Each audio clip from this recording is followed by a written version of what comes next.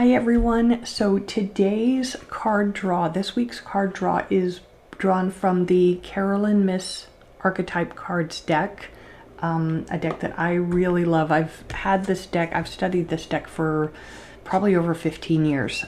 There's so much that you can dig into with the archetypes and learning about yourself and how things, evolve in your own life. But today's card is the Warrior card. And while initially we might think of this as a very masculine card or even a negative card because you think of warriors and fighting and all of that stuff, there's really a lot more to it. So I'm going to start by reading the attributes from the card itself.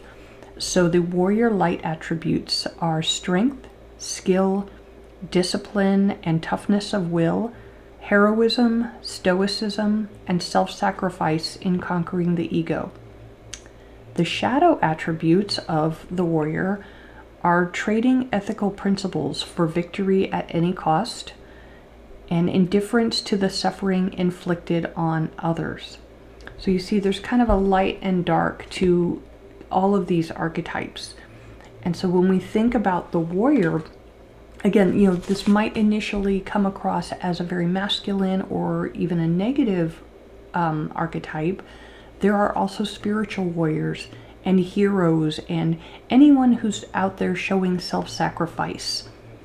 As far as it being a more masculine seeming card up front, keep in mind there are also, the Amazonian tribes. There are the warrior women of history and of folklore. And if you think about it, women are typically the protectors of the family. They are the ones who often present, fight for a voice for those who don't have their own voice. So as you meditate on this archetype this week, the warrior archetype, and I love this imagery too. The imagery on it is a woman warrior.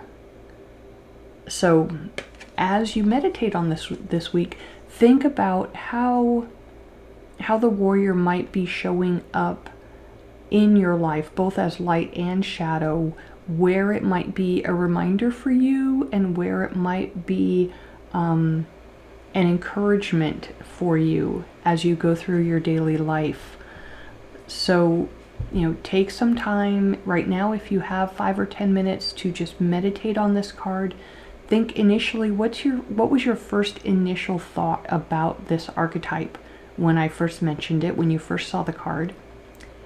And then after you've had some time to think about it, 5 or 10 minutes to meditate on it or to journal about it, think again, what are maybe your new thoughts on it? How have your thoughts evolved as to how it might apply in your own life right now?